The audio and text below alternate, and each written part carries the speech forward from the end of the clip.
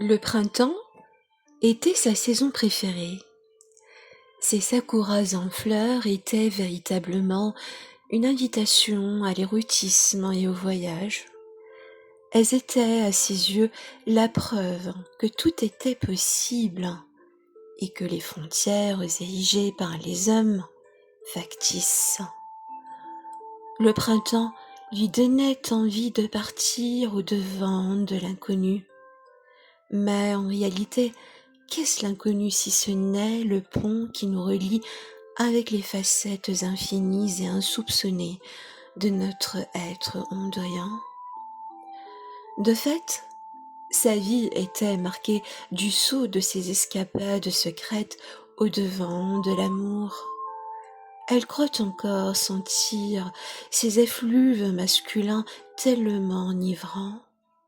Elle croit entrevoir les regards qui l'habillent et entendre les sourires comme autant de flèches de Cupidon. Elle croit sentir les caresses ardentes qui lui transpercent la chair de toutes parts. Elle se sent envahie des cris de jouissance qui habitent de leur bestialité les lieux. Elle se voit au milieu de tous ces visages, danser jusqu'à l'essoufflement. La terre se dérobe sous ses pieds, elle perd l'équilibre et chancelle. Pourtant, elle refuse de cesser de danser. Danser, elle adore ceci. Elle se relève à chaque fois et essaye tant bien que mal de s'agripper à l'un de ces visages.